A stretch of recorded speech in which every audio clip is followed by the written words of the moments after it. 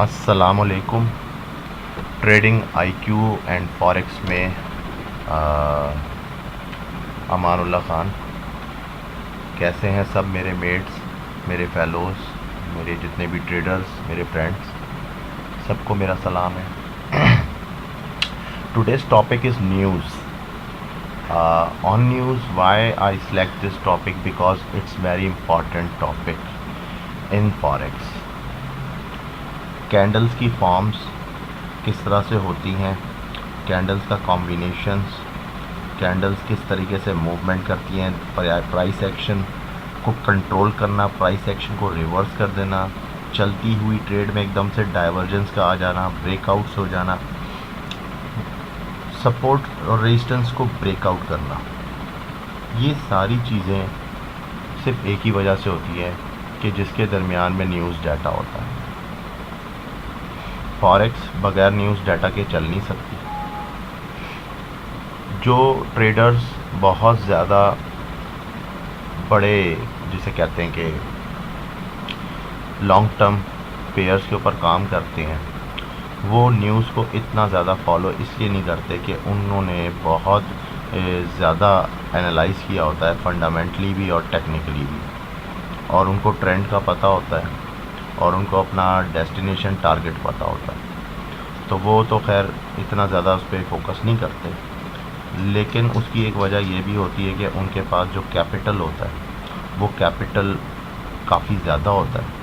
मगर एक छोटे अकाउंट के ऊपर अगर हम $100 से एक अकाउंट एक ब्रोकर के पास खोलते हैं और उसके अंदर हम अगर ट्रेडिंग करते हैं तो हमें न्यूज़ से बचना भी होता है या फिर न्यूज़ को हमें अच्छी तरह से समझना होता है।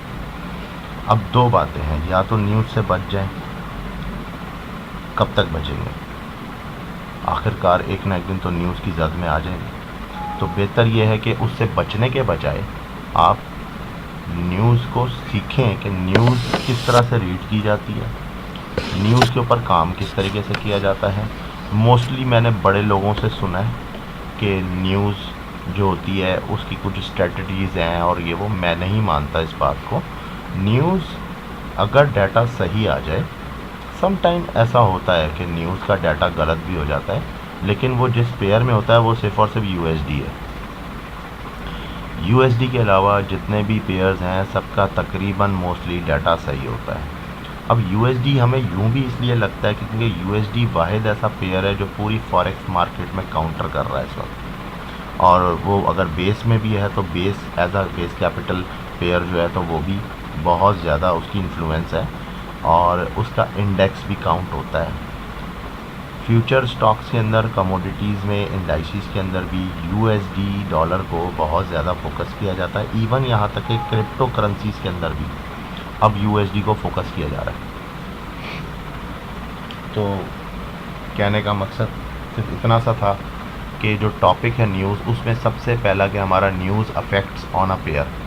न्यूज़ कैसे अफेक्ट करती है, किस तरीके से न्यूज़ का इफेक्ट होता है, how to recognise the pair movement according news, कैसे हम पता चलाएंगे कि न्यूज़ की मूवमेंट क्या होने वाली है, या हमें कैसे पता चलेगा कि मूवमेंट आया अप होने वाली है या डाउन होने वाली है। इसके ऊपर मैं थोड़ा सा डीपली और डिटेल, जिसे कहते हैं कि ये वीडियो ट्यूटोरियल कर रहा हूँ ताकि जो है इसमें सारी बातों का अच्छी तरह से पता लग सके। सोर्स ऑफ न्यूज़ तो जाहिर सी बात है, ऑफ कोर्स वेबसाइट्स ही हैं, क्योंकि आजकल वो दौर तो है नहीं कोई आपके घर पे अखबार फेंकेगा तो आप अखबार पढ़ के फिर ट्रेडिंग करेंगे। ज़ाहिर है ऑफ कोर्स ऑनलाइन काम कर रहे हैं तो ऑनलाइन वेबसाइट्स ही हैं जो कि आपके पास बेस्ट रिसोर्स है इस वक्त न्यूज़ का। और उसमें सबसे जो पहला नाम है, जिसे कहता हूँ, जो मैं ख़ुद भी रेकमेंड करता हूँ कि एक अच्छी न्यूज़ देने वाला, वो है हमारे पास फॉरेक्स फैक्ट्री।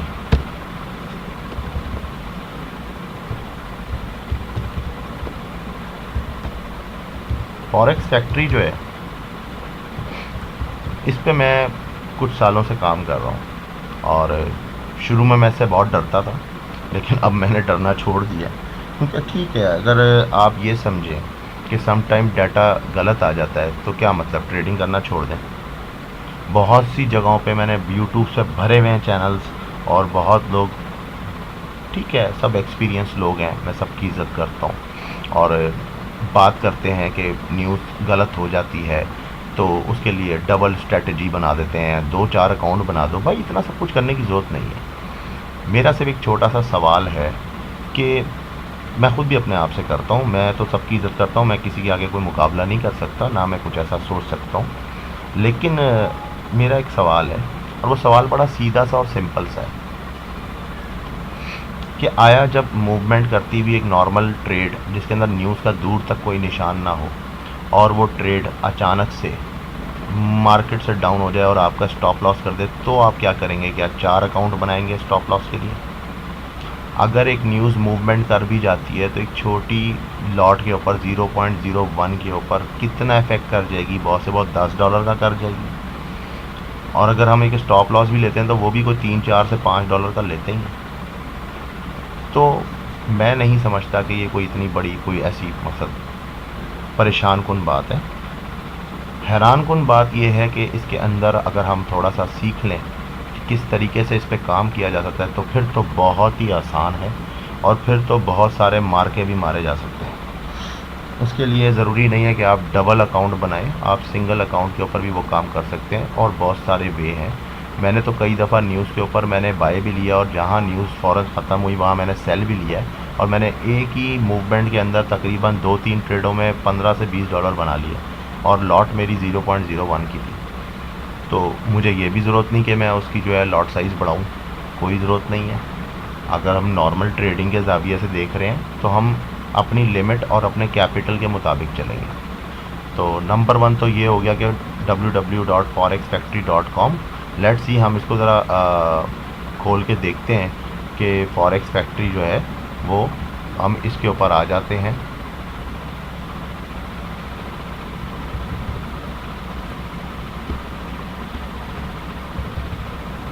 .forexfactory.com।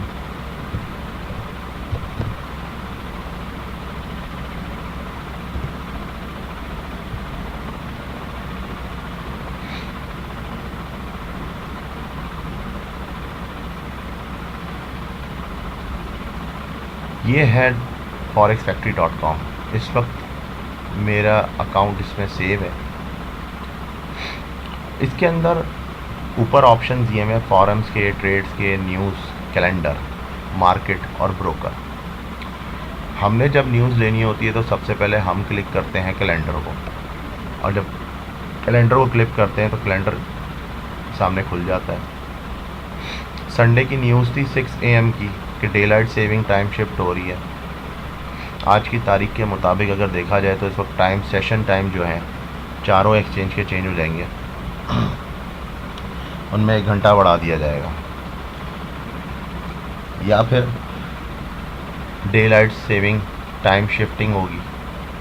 इसमें 2 बातें, जब हम इसको ओपन करेंगे डिटेल तो ये इसकी डिटेल देगा कि स्विट्ज़रलैंड जो है वो एंटर्स हो जाएगा DST clocks and move forward by 1 hour. तो इसका मतलब ये हुआ कि एडजस्ट योर DST सेटिंग्स। और नोटिस 1 घंटे का डिफरेंस है स्विस कैलेंडर। अब आप इसको यहाँ से बंद कर दीजिए, और यूरो का चेक करते हैं तो यूरोपियन कंट्रीज़ में भी तकरीबन क्लॉक जो है वो 1 घंटे के लिए बढ़ा दी जाएगी यूरो जोन के अंदर।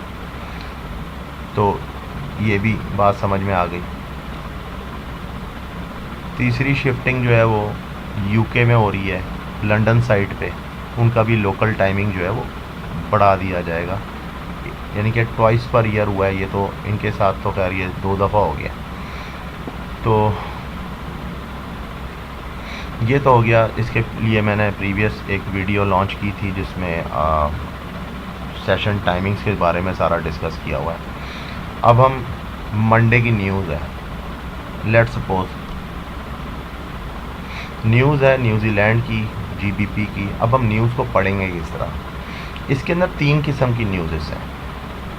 जो न्यूज़ ग्रे है वो ऑफलाइन है। ऑफलाइन न्यूज़ का मतलब ये होता है वो खाली ऐसी न्यूज़ है जिसका ट्रेड के अंदर इंडेक्स से कोई ताल्लुक़ नहीं है, अलबत्ता उसका आपकी ट्रेडिंग फॉरेक्स से सिर्फ इतना ताल्लुक़ है कि आपको ये बताया जा रहा है कि कल जो दुकान खुलेगी वो अब 1 घंटे बाद खुलेगी। सिंपल, मैंने इजी वे में देसी स्टाइल में समझाया, ठीक है। अब आप आ जाएं, दूसरा कलर जो इसके अंदर आता है वो है लो इम्पैक्ट न्यूज़ का, जिसे आप येलो में कह सकते हैं। फिर उसके बाद तीसरा कलर जो आता है वो इसका आता है ऑरेंज कलर के अंदर, जो कि मीडियम इम्पैक्ट वाली न्यूज़ होती हैं, इनके इम्पैक्ट्स भी होते हैं। और जो सबसे ज़्यादा हाई इम्पैक्ट होता है वो रेड कलर की न्यूज़ का होता है। हमने जब शुरू में मैंने ये ट्रेडिंग वगैरह के चक्कर में पड़ा और मैंने कहा चलो ट्रेडिंग करना सीखते हैं, किस तरह से सीखेंगे। मैंने बहुत सारी यूट्यूब की वीडियोस देखी, बहुत कुछ समझा, तो मोस्टली लोगों को एक ही बात करते हुए देखा कि जो लाल वाली न्यूज़ है ना, बस ये देखनी है पूरे दिन फॉरेक्स में। तो यार ये जो पीछे जो USD के इतने सारे डाटा आ रहे हैं, तो फिर ये देना बंद कर दें, फिर ये खाली लाल वाली दिया करें, आप लोग उस पर ट्रेड ले लिया करें। कोई कहते हैं जी इससे बचना शुरू कर दें। अरे नहीं भाई, प्लीज़ इसको पढ़ें, इसमें बहुत कुछ है, इस तरह नहीं है। न्यूजीलैंड की अब न्यूज़ है, अब इसको ज़रा हम पढ़ते हैं ना। न्यूजीलैंड की न्यूज़ बता रहा है कि -566 मिलियन से -100 मिलियन हो जाएगी। डैट्स मीन क्या होगा, अगर मैं खसारे में हूँ तो मेरा खसारा कम हो जाएगा। डैट्स मीन ये न्यूज़ मेरे लिए पॉजिटिव है। और ये इसके अंदर इसकी डिटेल्स चेक करते हैं कि क्या आने वाली है। तो पॉजिटिविटी क्या है कि difference in value between import और एक्सपोर्ट की जो गुड्स थी ड्यूरिंग द रिपोर्टेड मंथ, कि इस महीने की जो इंपोर्ट और एक्सपोर्ट हुई है उसके अंदर फोरकास्ट आ रही है, और ये फोरकास्ट बहुत ज़्यादा गुड आ रही है करेंसी के लिए। और इसके बारे में इससे पहले भी बताया गया कि पहले जो फोरकास्ट आई थी लास्ट प्रीवियस, जिसके ऊपर ये -566 इन्होंने उठाई है कि -596 थी, और हमने फोरकास्ट की थी कि -271 हो जाएगी, यानी कि बहुत ज़्यादा हो जाएगी है। लेकिन हुआ ये एक्चुअल में न्यूज़ जो थी वो चेंज हो गई और न्यूज़ आई -566 मिलियन यानी कि थोड़ा सा न्यूजीलैंड पावर में आ गया। फोरकास्ट तो यही थी कि न्यूजीलैंड जो है वो पावर में नहीं होगा, ठीक हो गया। इधर माइनस में थी पहले ये न्यूज़, इधर कहा गया था कि जी ये जनवरी की बात हो रही है कि जनवरी में -1233 मिलियन है, -25 मिलियन हो जाएगी जी। मगर क्या हुआ कि बहुत ही ज़्यादा पॉजिटिव में चली गई और 640 मिलियन हो गई।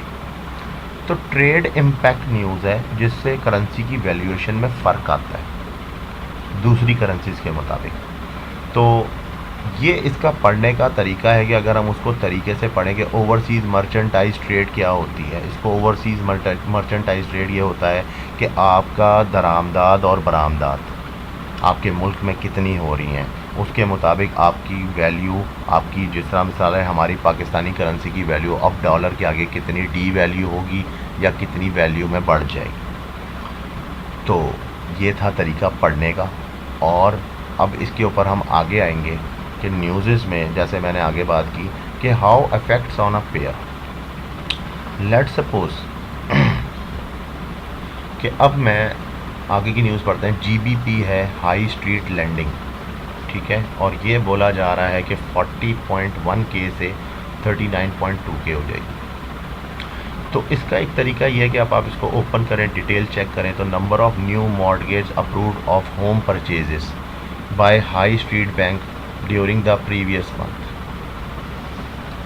इसका मतलब ये होता है कि आपके मुल्क में जो बैंक्स हैं, और हाई स्ट्रीट बैंक्स उनको कहा जाता है जो कि जिसका स्टेट के बैंक से कोई ताल्लुक़ नहीं होता, ये प्राइवेट बैंक्स होते हैं जो कि मॉर्गेजिंग करते हैं। जब हम कोई घर ख़रीदते हैं तो हम लोन लेते हैं, तो ये उसके ऊपर कर्ज़े देते हैं। तो कर्ज़े जब देते हैं तो इसका मतलब क्या होता है, इसका मतलब ये होता है कि मोस्टली बैंक्स तो बाहर मुल्कों के होते हैं। जब वो अपने कर्ज़े देते हैं तो वो क्या करते हैं कि आपके मुल्क का पैसा निकालते हैं।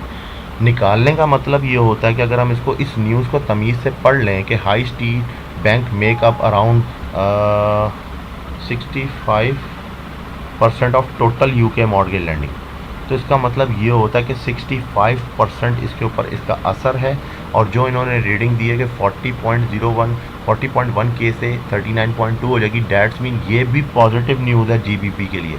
और GBP अब हम इसको अगर ऐसे पढ़ें, ओहो ये तो 40 से 39.2 हो जाएगा, डैट्स मीन GBP जो है अब वो गिर गया है। नहीं, अगर हम इसको सही पॉजिटिव वे में पढ़ें, तो अगर आपको नहीं समझ आती तो आप ये भी कर सकते हैं कि जो भी डाटा इसमें दिया हुआ है उसको आप कॉपी पेस्ट करके अपने गूगल पे सर्च कर लें, तो उसके मुताबिक आपको बहुत सारे ऐसे फॉरम्स मिलेंगे जिसमें आप आराम से इजीली समझ सकते हैं कि बात किस चीज़ के बारे में हो रही है और इसका इन्फ्लुएंस क्या है करेंसी के साथ। फिर आप ज़्यादा इजीली आराम से देख सकते हैं कि हाँ ये मार्केट अब ऊपर जाएगी या नीचे जाएगी, और ये जीबीपी की जो हाई स्ट्रीट लैंडिंग है इसमें मार्केट का इसके ऊपर जाना है, ना कि नीचे जाना है। अब आप आ जाएं नेक्स्ट में। मैं माजरत रहा हूँ कि ये बहुत ज़्यादा मुझे मेरा सिस्टम आज पता नहीं क्यों तंग कर रहा है, मुझे टाइम नहीं मिल रहा कि मैं इसको चेक करूँ सही से। नेक्स्ट न्यूज़ आती है यूरो की कि जर्मन बुबा प्रेसिडेंट और जो विडमैन है वो स्पीक्स। ये क्या होता है कि इनके जब मिनिस्टर्स जब कहीं भी स्पीक्स करते हैं या कोई स्पीचेस करते हैं उनके प्रेस के आगे या कहीं भी, तो उसके बारे में बताया जाता है। अब इसके बारे में कोई डिटेल हिस्ट्री नहीं है, लेकिन होगा ये कि जब ये यूरोप के अंदर सेंट्रल बैंक ऑफ ऑस्ट्रिया और इन वियना, तो न्यू मूवमेंट है यूरोप की, तो इसके अंदर न्यू मूवमेंट के अंदर more hawkish than expected is good for currency दे दिया इन्होंने। इसका मतलब ये है कि अगर तो उन्होंने कोई ऐसी बात कर दी जिससे कि हमें पॉजिटिविटी मिली कि हमारी जो इंडेक्स है वो बढ़ सकती है, यानी कि एक पेशेंट गोई करना या एक अच्छे थॉट्स रखना, कोई भी उन्होंने ऐसी बात काउंसिल के अंदर कर दी तो उससे क्या होगा कि मार्केट एकदम ऊपर चली जाएगी। और अगर उन्होंने कोई ऐसी बात कर दी जिसके बारे में कहा जाता है कि किसी मुल्क के साथ कोई टकरार कर दी, या उन्होंने कहा कि हम तो कोई ऐसी वॉर की तरफ जा रहे हैं, कोई भी ऐसी बात कर दी जो कि माइनस या नेगेटिविटी में आ जाती है, तो ये करेंसी फ़ौरन नीचे डाउन हो जाएगी। तो इस वक्त ये जो इस टाइप की जो न्यूज़ेज़ होती हैं जो कि सबसे ज़्यादा स्पीक्स आती हैं, इनकी कोई टाइमिंग नहीं होती और इनके बारे में कोई इम्पैक्ट्स नहीं दिए जाते। उसकी वजह यह कि ये इसको शो तो इन्होंने लो मीडियम इम्पैक्ट में कर दिया है, मगर इसका कोई डाटा नहीं दिया इन्होंने। इसीलिए डाटा नहीं दिया कि डाटा कुछ भी हो सकता है। अब ये वो न्यूज़ है जिसकी वजह से आप ये तो कह सकते हैं कि हाँ ठीक है, आज इस पेयर को हम अवॉइड कर देते हैं। लेट्स सपोज कि उसके फ़ौरन बाद ही यूएसडी का डाटा है कि ड्यूडली स्पीक्स करेंगे, इनका भी कोई डाटा नहीं आ रहा। फिर उसके बाद यूएसडी के एक नहीं 3 मिनिस्टर जो हैं वो स्पीक करेंगे, एक मेंबर जो है वो मेस्टर करेंगे और दूसरे क्वाल्स करेंगे।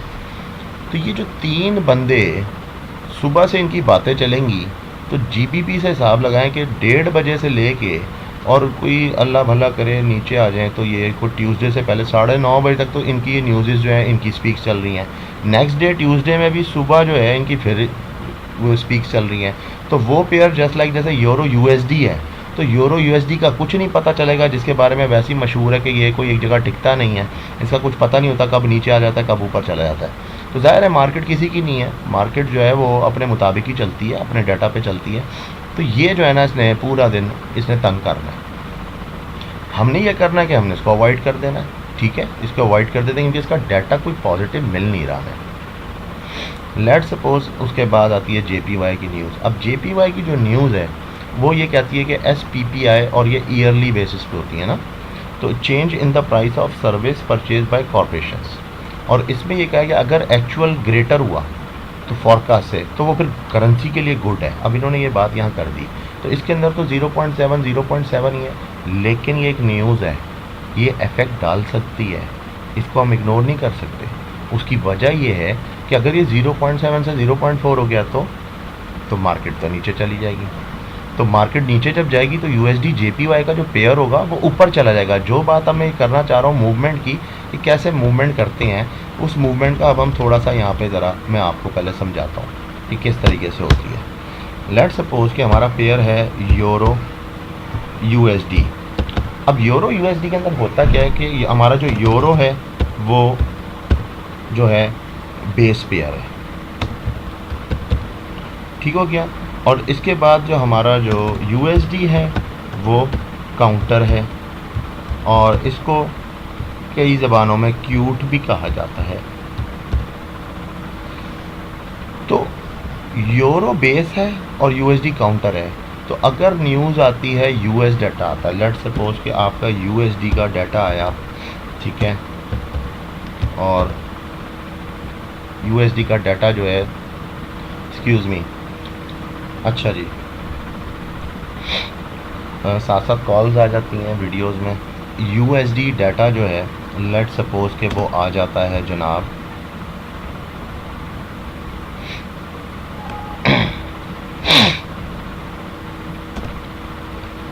यूएसडी का डाटा आया है कि लेट सपोज कि ये 0.9 है और ये हो जाएगा जी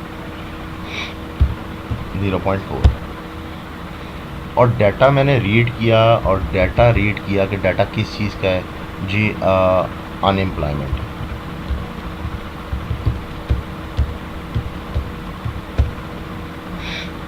अब अनएम्प्लॉयमेंट क्या चीज़ है? What is unemployment? अनएम्प्लॉयमेंट का मतलब होता है कि एम्प्लॉयमेंट होता है रोज़गार और अनएम्प्लॉयमेंट होता है बेरोज़गारी। तो 0.9 से 0.4 हो रही है, इसका मतलब यूएसडी का डाटा हाई हो रहा है। इसका मतलब क्या हो रहा है कि ये डाटा हाई है, ये डाटा पॉजिटिव है। तो जब ये डाटा पॉजिटिव है तो यूरो यूएसडी का पेयर, जब जाहिर है यूएसडी डाटा पावरफुल होगा तो यूरो को काउंटर तो करेगा, तो यूरो यूएसडी का पेयर जो होगा वो सेल की तरफ जाएगा। लेट्स सपोज कि ये जो डाटा है ये 15 है और अनएम्प्लॉयमेंट बढ़ गई है, तो ये हाई पॉजिटिव नहीं होगा, ये लो डाटा होगा, ये नेगेटिव होगा, और ये एक बुरी खबर होगी यूएसडी के लिए। तो यूरो यूएसडी का जो पेयर होगा वो क्या हो जाएगा? बाय हो जाएगा, क्योंकि अब यूरो बेस पेयर है, वो मजबूत है, और जब यूएसडी थोड़ा सा लूज़ पड़ेगा तो यूरो को गेन करने का टाइम मिलेगा और यूरो गेन कर जाएगा। ठीक है, जब एक डाटा कोई बुरी बात पता लगती है तो लोग फिर यूरो को परचेज करने लग जाएंगे, और जब यूरो ज़्यादा ख़रीदा जाएगा तो यूरो ऊपर जाएगा, लोग यूएसडी को अवॉइड करेंगे परचेज़ करने से। ये एक बड़ी सिंपल सी बात है कि किस तरीके से पेयर को ख़रीदना बेचना।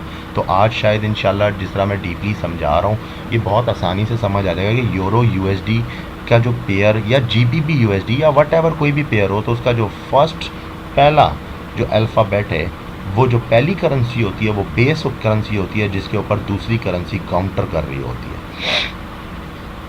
तो ये एक मैंने बात आपको समझा दी एक न्यूज़ के साथ रखते हुए। अच्छा जी, अब ये तो एक बात हमारी हो गई, अब हम थोड़ा सा आगे की तरफ बढ़ते हैं। अच्छा जी, अब इसमें न्यूज़ चल रही है जेपीवाई की आ गई, ठीक है, एयूजी ऑजी की आ गई, JPY euro and then GBP. अब आते हैं हम जी जो हाई इम्पैक्ट न्यूज़ है, 7 बजे आएगी ट्यूसडे को, कंज्यूमर कॉन्फिडेंस। कंज्यूमर कॉन्फिडेंस तो 130.8 और 131.2। ये कंज्यूमर कॉन्फिडेंस क्या चीज़ होती है, इसके बारे में थोड़ा सा पढ़ते हैं। The conference board level of composite index based on served house holds actual greater than forecast is good for currency और रिलीज मंथली। तो financial confidence is a leading indicator. तो फाइनेंशियल कॉन्फिडेंस कैसे पैदा होता है? जब कारोबार होता है, मार्केट में कारोबार होता है, तो एक लीडिंग इंडिकेटर होता है आपकी करेंसी के लिए। इसके अंदर जब स्पेंडिंग्स होती हैं और which accounts of majority of overall economic activity हो रही होती है, तो सर्वे के मुताबिक जो भी इसका सर्वे होता है वो मंथली सर्वे भी होते हैं, ईयरली भी होते हैं, जिसमें आपकी लेबर भी इन्वॉल्व होती है, उसमें बहुत बड़े बिजनेसेस इन्वॉल्व होते हैं, पूरी एक इकोनॉमिक सिचुएशन होती है।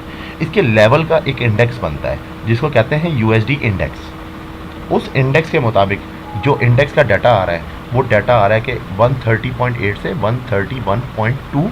अब आप इसकी नंबरिंग देखें कि अगर इसमें 2 जमा करें तो ये 31 हो जाता है, और खाली 2 तो इसके अंदर 2.2 का फ़र्क आएगा। और इसके आगे इन्होंने इसका कोई शायद ग्राफ भी नहीं दिया हुआ जिससे हम ये आइडिया लगा सकें। अब कंज्यूमर कॉन्फिडेंस जब बढ़ेगा तो जाहिर सी बात है कि यूएसडी पावरफुल होगा, और जब यूएसडी पावरफुल होगा तो क्या होगा? यूरो यूएसडी का जो पेयर है वो सेल पे लगा दिया जाएगा। उसके बाद रिचमॉन्ड मैन्युफैक्चरिंग इंडेक्स है, ये मुख्तलिफ़ कंपनीज़ के इंडेक्स होते हैं, इसमें बहुत सारे स्टॉक शेयर्स होते हैं, उनके इंडेक्सेस आते हैं। फिर एफओएमसी मेंबर बोस्टिक जो है वो स्पीक करेंगे। फिर ये जिस तरह अब इसमें ये वाली न्यूज़ जो है ये थोड़ी सी ज़रा देखें, स्पीक की दोबारा न्यूज़ आई तो इसका कोई डाटा मौजूद नहीं होता, तो इस तरह करके है। अब मैं थोड़ा सा एक ऐसी न्यूज़ ढूंढ रहा हूँ जिससे मैं ये बता सकूं कि मार्केट में मूवमेंट कैसे होगी। लेट्स सपोज कि यूरो की न्यूज़ है 11 बजे ना, यूरो की न्यूज़, बल्कि इसको भी छोड़ें आप, इसमें ऊपर आ जाएं तो एक न्यूज़ थी हमारे पास जो कि यूरो और यूएसडी के बारे में थी मंडे को। अब 2:30 बजे न्यूज़ शुरू होगी यूरो की, और जर्मन बूबा प्रेसिडेंट जो है वो स्पीक्स करेंगे। उसके बाद रात को 9:30 बजे जो है यूएसडी की न्यूज़ है। लेट्स सपोज कि इस पेयर के अंदर ये कहा जाता है कि, बल्कि इसको भी छोड़ दें इसमें, क्योंकि टाइम का गैप बहुत आ रहा है। मैं चाह रहा हूँ कोई ऐसी न्यूज़ निकालूँ इसमें से जिसमें मैं आपको सही से समझा सकूँ कि कैंडल्स की मूवमेंट किस तरह होती है। Euro, German, USD, final GDP index. हाँ, लेट सपोज कि ये हमने एक पेयर लिया यूरो यूएसडी का, और इसके अंदर जो पहली न्यूज़ है वो फाइनल जीडीपी की है। फाइनल जीडीपी क्या होता है जी, पहले ये समझ लेते हैं। इकोनॉमिक एनालिसिस में annualised change in the inflation just adjusted value of all goods and service produce by the economy. अब मिसाल है कुछ भी, जो भी इनका, जो भी हमारे मुल्क के अंदर जो मसनूआत तैयार होती हैं, वो मसनूआत ज़ाहिर है वो हमारी गुड्स होती हैं, और उनको जब हम बाहर मुल्कों में बेचते हैं तो हम उसको एक्सपोर्ट करते हैं। उससे हमारी जो इकॉनमी होती है उसमें क्या होता है कि इकॉनमी को रिलीज़ मिलता है। तो इसके अंदर while this Q data is reported in a annualised format, तो ये क्वार्टरली आता है, ठीक है। तो क्वार्टरली डाटा है तो शायद साल में 4 दफ़ा आता है, और ये ग्रॉस डोमेस्टिक प्रोडक्ट होती है जिसको कहते हैं जीडीपी। तो जीडीपी की न्यूज़ है, और ये न्यूज़ हैवी है। 2.5% से कह रहे हैं 2.7% हो जाएगी। तो ये हो सकता है कि 3.0 भी हो जाए, और ये भी हो सकता है कि ये न्यूज़ गलत हो जाए, क्योंकि यूएसडी की न्यूज़ है। यूएसडी की न्यूज़ मोस्टली ज़्यादातर गलत ही होती है, मोस्टली तो मैंने अब तक यही देखी है। कई बार सच्ची भी होती है, लेकिन मेरे अब तक के इस साल के अंदर तो तजर्बा बहुत ज़्यादा झूठा निकला है। और पिछले साल तो ये काफ़ी बस पॉजिटिव भी था, नेगेटिव भी था, इसी तरह से था। इसके अंदर पहले के देखें जो भी हैं रिकॉर्ड्स मौजूद हैं कि इसके अंदर दिसंबर में क्या हुआ, सितंबर में क्या हुआ, जून में क्या हुआ, मार्च में क्या हुआ, ये आप देख लें। तो मार्च का महीना आ चुका है, तो मार्च में न्यूज़ आई है, मार्च के बाद जून में आएगी, फिर सितंबर और दिसंबर। तो ये क्वार्टरली आएंगी ये न्यूज़, और ये साल में आपकी को 4 दफ़ा आएंगी। अब 2.5, 2.7, ठीक है। अब ज़रा इसमें हम गौर करते हैं। लेट्स सपोज कि न्यूज़ पॉजिटिव है और न्यूज़ जो है वो 2.7 हो रही है, तो हमारी इसका मतलब यूरो यूएसडी की जो पहली कैंडल है वो तो डाउन है, ठीक हो गया। पहली कैंडल क्या है, डाउन है, वो बनेगी बेयरिश। उसके बाद नेक्स्ट जो न्यूज़ है वो है 2.3। अब आप देखें ये सारी न्यूज़ 5.30 में है। 5:30 के अंदर की मूवमेंट है बहुत बड़ी। 2.3 हो जाएगा। एक थोड़ी देर के लिए झटका आएगा कि एक कैंडल पहले एक पूरी नीचे जाएगी, उसके बाद स्टॉप हो जाएगी, थोड़ी देर अप एंड डाउन शिवरिंग करेगी। ये है शिवरिंग। और जब उससे नीचे आएंगे तो जो नेक्स्ट न्यूज़ है वो है -5.3 से -74, तो ये मज़ीद और नीचे जाएगी। अब हालांकि ये हाई इम्पैक्ट नहीं है, लेकिन अब ये कैंडल्स को एक मूवमेंट दे देगी। अब उसके अंदर ये वॉलीटिलिटी एक पैदा हो रही है ऑटोमेटिकली। वो पेयर जो है जिसके अंदर यूरो यूएसडी हो तो यूएसडी नीचे जाएगा, अगर यूएसडी जेपीवाई है तो यूएसडी जेपीवाई बाय के ऊपर, यानी कि बुलिश हो जाएगा। उसके बाद न्यूज़ आती है कि 0.8% जो है ना 0.6 हो जाएगी। इसका मतलब क्या हुआ कि उसके बाद की जो इतनी लंबी जो कैंडल ये रेड बनेगी, वो रेड के बाद फ़ौरन से एकदम से ग्रीन भी बनना शुरू हो जाएगी। और हमेशा अमूमन ऐसा ही हुआ है ट्रेडिंग में कि जब कोई न्यूज़ हाई इम्पैक्ट आती है तो वो मार्केट से इतना ज़्यादा इम्पैक्ट ऊपर जाती है कि उसके बाद क्योंकि उसको अपने लेवल पे आना होता है, थोड़ी ही देर में 10 से 15 मिनट में वो मार्केट के लेवल पे आ जाती है। मोस्टली लोग, मैं ख़ुद भी, न्यूज़ के ऊपर जब इम्पैक्ट आता है तो इम्पैक्ट के ऊपर रिवर्सल लेता हूँ। उस रिवर्सल में मुझे प्रॉफिट होता है, और कभी कभार वो रिवर्सल बहुत फ़ौरन आता है, और कभी कभार वो रिवर्सल तो इस तरह से होता है कि बहुत ज़्यादा बुलिश आया और अचानक से इतना ज़्यादा बेरिश आया कि उससे कहीं ज़्यादा नीचे चली गई मार्केट। तो ये सारे फैक्टर्स यही होते हैं। अब 7:30 बजे, अब आप देखें 7 बजे फिर पेंडिंग होम सेल्स आ गया। अब -0.4.7 से 2.1, यानी कि अब ये हो रहा है कि जो न्यूज़ आई थी वो रेड कैंडल थी, रेड कैंडल के फ़ौरन बाद वो थोड़ी सी ऊपर गई, बुलिश हुई, और बुलिश होने के बाद थोड़ा सा टाइम अभी इसको लगा भी। अब अगर हम इसको थोड़ी देर के लिए M30 के चार्ट पे देखें तो M30 के चार्ट पे एक बहुत बड़ा पहले बेरिश है, बेरिश के बाद उसके बाद थोड़ा सा पॉजिटिव है, उसके बाद फिर मज़ीद बेरिश है। अब मज़ीद बेरिश की जो न्यूज़ हैं वो 7 बजे शुरू हो गई। 7 बजे के बाद आप देखें जो नेक्स्ट न्यूज़ आ रही है -2.6, ये क्रूड ऑयल इन्वेंट्रीज है। क्रूड ऑयल इन्वेंट्रीज जो हैं ये तो बहुत हैवी न्यूज़ समझी जाती है। इसके अंदर ये होता है कि पेयर्स क्या बल्कि काफ़ी सारे पेयर्स के ऊपर ये अफेक्ट कर जाती है, खाली यूरो यूएसडी पे नहीं करेगी। इसके अलावा ये ऑयल पे भी अफेक्ट करती है, और ये न्यूज़ आते के साथ ही ऑयल या तो फ़ौरन नीचे गिर जाता है या फिर ऑयल फ़ौरन ऊपर चढ़ जाता है। तो उसके बाद की न्यूज़ और भी हैं। अब हम थोड़ा सा इसके ज़रिए आगे बढ़ते हैं और ये देखते हैं कि अब how recognise the pair movement भी हो गया हमारा अकॉर्डिंग टू न्यूज़, और सोर्स ऑफ न्यूज़ और वेबसाइट्स। तो इस वक्त सबसे अच्छी तो न्यूज़ की वेबसाइट यही है जो कि फॉरेक्स फैक्ट्री है, जिसके अंदर मैंने आपको डिटेल बताया कि किस तरीके से इसकी मूवमेंट्स हैं। अब हम ये देखते हैं कि इस वक्त हम थोड़ा सा अगर प्रीवियस डाटा में चले जाएं कैलेंडर के मुताबिक, और ये डेट आ रही है डिटेल अप नेक्स्ट सॉरी मार्च 25 से रिमांड। अब हम इसको थोड़ा सा बैक करते हैं। ये आ गई आपकी पिछले हफ्ते की न्यूज़।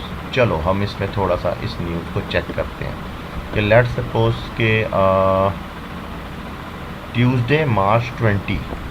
अब हम एक काम कर लेते हैं, हम हाथ के हाथ जो है MT4 खोल लेते हैं।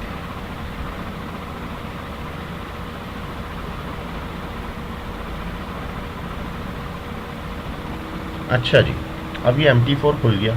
MT4 पे हम आ जाते हैं, ज़रा थोड़ी देर के लिए ज़रा हमें आसानी हो जाएगी। H1 के चार्ट पे, H1 के चार्ट पे फ्राइडे, ठीक है, ये फ्राइडे की मूवमेंट्स आ रही हैं। अब हम एक काम करते हैं, इसको H4 कर लेते हैं। H4 के चार्ट के ऊपर की ज़रा मूवमेंट चेक करते हैं, बल्कि इसको डे 1 पे अगर लाते हैं तो डे 1 पे आपको सही से समझ नहीं आएगा।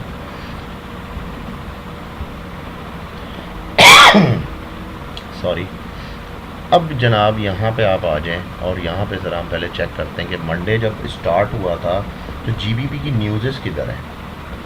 2:30 बजे जीबीपी की न्यूज़ थी CPI, और ये थी 3.0 से 2.8 होगी, माइनस पे थी।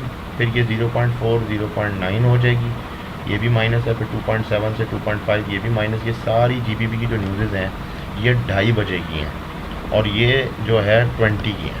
अब हम इसको ज़रा अब MT4 पे ज़रा चेक करते हैं कि ये 20 की हैं तो ये कहाँ है, ज़रा इसको चेक करते हैं। तो इस एरिया में है ये न्यूज़। अब इस एरिया में ये न्यूज़ निकालनी है तो हमें H1 पे आना पड़ेगा। H1 के अंदर हम आ जाते हैं तो ये 20 मार्च के अंदर अब आप इसको चेक कर लें। 20 मार्च है, 20 मार्च के अंदर अब आप 2:30 का टाइम फ्रेम निकालें कि जो 2:30 की न्यूज़ थी हमारे मुताबिक, तो हम अभी उसको निकाल लेते हैं। M30 कर दें और ये आ गया 2:30 का एरिया। अब आप यहाँ पे देखें कि इसने प्राइस मूवमेंट दी किधर है। जब ये न्यूज़ आई है तो ये न्यूज़ GBP USD का पेयर था, और जो यहाँ पे जो डाटा था 20 मार्च के अलावा कोई और न्यूज़ तो नहीं है GBP की। मैं ज़रा सही से चेक कर लूँ। USD बिल्कुल यही न्यूज़ है, बिल्कुल यही न्यूज़ है 2:30 वाली वेडनेसडे 21 मार्च की, बल्कि 21 मार्च और 22।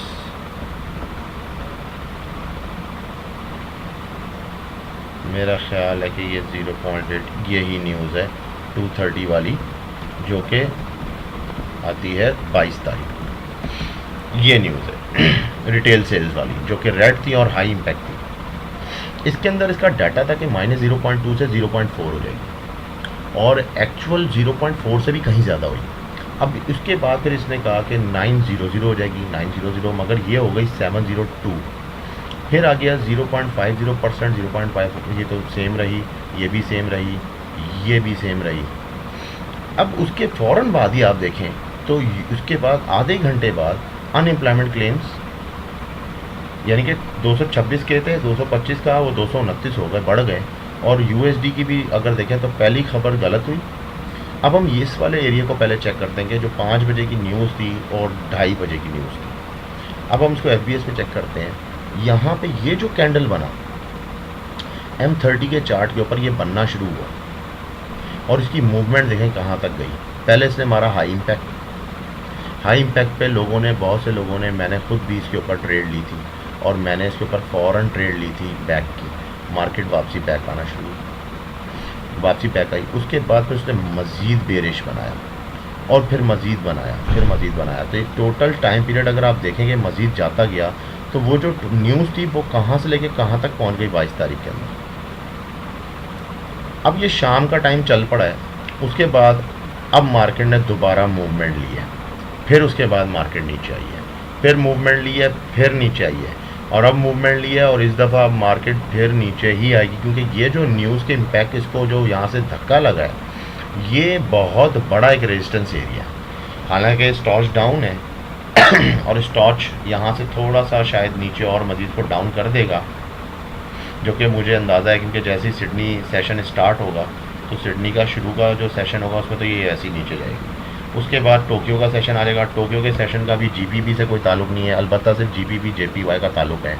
अगर जेपीवाई जिस तरह मज़ीद करेंसी को डाउन कर रहा है तो जीपीपी के ऊपर इसका असर आएगा और उसकी वजह से जीपीपी यूएसडी पे भी काउंटर हो जाएगी और वो ऑटोमेटिकली नीचे आएगी। तो यहाँ पे अब आप फॉरेक्स फैक्ट्री के अंदर आएँ दोबारा। अब उसके बाद देखें 5:30 बजे, 6 बजे, 6:45 में जितनी भी सारी न्यूज़ेज़ हैं, अब आप इनका खुलासा इसमें देख लें कि किस तरीके से मार्केट मूवमेंट्स होती हैं। और अनएम्प्लॉयमेंट क्लेम्स थे, फिर उसके बाद ये 0.04, ये जो क्लेम वाली जो न्यूज़ थी ये ज़रा हाई इम्पैक्ट थी 5:30 बजे वाली, तो ठीक है 5:30 वाली ने उसको मज़ीद थोड़ा सा और बेरिश कर दिया होगा, लेकिन उसके बाद एक सपोर्ट लेवल बनाया। अब वो जो न्यूज़ थी वो इस लेवल में आई है, इस लेवल के अंदर ये आधे घंटे की न्यूज़ है। ये वो कैंडल है जो कि आधे घंटे की कैंडल है। इसके अंदर पहले मार्केट नीचे गई है, उसके बाद यूएसडी का डाटा पॉजिटिव हो गया और जब यूएसडी का डाटा जैसे पॉजिटिव हुआ है, यहाँ पे देखें ये पॉजिटिव हो गया, यहाँ फिर पॉजिटिव हो गया, यहाँ पे आके फिर इसकी पॉजिटिविटी जो थी थोड़ी सी कम हुई और ये इसकी लास्ट न्यूज़ थी। लेकिन इसने यहाँ पे आके क्योंकि एक सपोर्ट पर लेवल बना दी तो यहाँ पे देखेंगे पहले पॉजिटिव हुई, उसके बाद फिर उसी तरह हुआ और फिर ये नेगेटिव हो गया, फिर इसने मार्केट को गेन दे दिया। अब मार्केट ने उसके बाद अपने प्राइस एक्शन को कंट्रोल कर लिया। अब न्यूज़ का इम्पैक्ट इस पूरे एरिया के अंदर दौरानिया में जितना भी होना था उसने बाकायदा एक पूरी सही चलती हुई मार्केट को जो कि ऊपर जा रही थी उसको नीचे की तरफ फेंक दिया और नीचे फेंक के अगर हम इसको बड़े चार्ट में देखें तो एक करेक्शन एरिया में डाल दिया कि जहाँ पे सपोर्ट भी करीब है और रेजिस्टेंस भी करीब है और इन दोनों के दरमियान ये करेक्शन एरिया में आ गई। इसने कोशिश की दोबारा ऊपर जंप करने की, मगर यहाँ पे फिर उसी तरह हुआ और ये मार्केट फिर नीचे आ गई। अब जैसा कि हमारे इंडिकेटर्स कह रहे हैं कि इस वक्त ये मार्केट जब ये ईएमए की लाइन क्रॉस करेगी ये मज़ीद नीचे आएगी और ये ऑटोमेटिकली, बहरहाल ये बात की एक अलग कहानी है, इसके बारे में तो हम आगे किसी वीडियो में डिस्कस करेंगे। तो ये थोड़ा सा मैं समझाना चाह रहा था इसको MT4 के ज़रिए अपने चार्ट के ऊपर और इसकी इम्पैक्ट्स का बता रहा था। सम टाइम ऐसा होता है कि अगर आप इसकी साइड पे आएँ तो देखें हाई इम्पैक्ट एक्सपेक्टेड है, हाई मीडियम इम्पैक्ट एक्सपेक्टेड है, लो इम्पैक्ट और नॉन इकनॉमिक। तो हमने तो ये सारी समझ ली। अब ये क्या है एक्चुअल पेंडिंग, ये वो है कि सम टाइम जब आप न्यूज़ चेक करेंगे, ये बड़ी इंपॉर्टेंट बात बता रहा हूँ आपको कि आपके पास जो टाइम चल रहा होगा, जिस टाइम पे आपने न्यूज़ को इस पेज को खोला था वो टाइम था 2:34 का सॉरी, इस वक्त टाइम हो रहा है 2:43। अब इस पेज को दोबारा के लिए लोड करना पड़ेगा। तो हम सबसे पहले फॉरेक्स फैक्ट्री का जब भी डाटा लेना हो और आपने सही डाटा लेना हो, आप पहले इसको एक दफ़ा क्लिक करेंगे ताकि ये जो है इसको टाइम को रिफ़्रेश कर ले और सेव सेटिंग्स भी दबाने की ज़रूरत नहीं, डायरेक्ट कैलेंडर दबा दें। अब आपका टाइम जो है वो नया टाइम इसके अंदर लोड हो चुका है 2:43 का। तो 2:43 के मुताबिक क्या होगा कि जो वो चीज़ सामने जो एंगल बना हुआ आ रहा होगा वो फोरकास्ट का होता है। वो ग्रीन सिग्नल आप क्लिक करेंगे तो ऑटोमेटिकली इसकी रीडिंग आ चुकी होगी। लेट सपोज आपकी एक न्यूज़ आनी है और वो शो कर रहा है कि अब ये न्यूज़ आएगी, जिस तरह अब यहाँ पे ये शो कर रहा है, सिग्नल दे रहा है कि अब 6 बजे ये न्यूज़ है और ये संडे की न्यूज़ है। 6 बजे जो संडे की न्यूज़ है ये यहाँ पे शो कर रहा है, लेकिन थोड़ी देर बाद आपका पेज लोड हुआ होगा, जब आप दोबारा अपने इसी वेबसाइट के ऊपर आके दोबारा से चेक करेंगे तो उसका वो यहाँ पे कुछ फोरकास्ट दिखा नहीं रहा होगा, वो एक्चुअल नहीं दिखा रहा होगा। उस एक्चुअल के लिए आप उसके ऊपर ग्रीन को क्लिक करेंगे, वो उसको रिफ़्रेश करेगा और फ़ौरन एक्चुअल दिखा देगा। तो ये थी इसमें बहुत सारी चीज़ें, और कोशिश की थी है मैंने अपनी तरफ से समझाने की, और आगे भी इंशाल्लाह करता रहूँगा। जैसे जैसे वक्त के साथ साथ मेरे छोटे से ज़हन के अंदर बातचीत आती रहती है, मैं वैसे वैसे अपने भाइयों के साथ, अपने ट्रेडर्स जितने भी मेरे दोस्त हैं उनके साथ शेयर करता रहता हूँ, उन बातों को शेयर करता हूँ। और इसके बाद इसके अंदर और भी बहुत सारी चीज़ें हैं फॉरेक्स फैक्ट्री में, लेकिन वो एक अलग चैप्टर हो जाता है। इस वक्त हमारा जो कंसंट्रेशन था वो सिर्फ इस वाली बात पे था कि न्यूज़ को हमने किस तरीके से, इफ़ेक्ट्स को किस तरह से हमने उसके अंदर जज करना है और उसको कैसे रिकग्नाइज़ करना है कि पेयर की मूवमेंट क्या हो सकती है। जब कभी भी न्यूज़ थोड़ी सी समझ में ना आए, उसके सारे डाटा को आप सिंपल उसको यहाँ से आप न्यूज़ खोलें, इसको आप यहाँ से कॉपी करें पूरे डाटा को और गूगल पे रख के सेव कर लें, और वहाँ से आप इसको सर्च पे लगा दें। ऑटोमेटिकली आपको पता लगेगा कि ये क्या हो रहा है, आप उसको आराम से पढ़ लेंगे। और करंटली इसमें कोई रिलेटेड स्टोरी नहीं तो इसमें रिलेटेड स्टोरीज़ भी होती हैं जो कि हाथ के हाथ बता देती हैं। तो ये आज की वीडियो यहाँ पे इख्तिताम करते हैं। बहुत बड़ी वीडियो बन गई है, और इंशाअल्लाह ताला जो नेक्स्ट हमारी वीडियो है वो इसी तरह और ज़बरदस्त आने वाली है, जो कि बहुत सारी चीज़ें आपको और मज़ीद बताइए कि फॉरेक्स के अंदर क्या क्या है। फिर इंशाअल्लाह मुलाकात होती है। अपना बहुत सारा ख्याल रखिएगा। अल्लाह हाफ़िज़।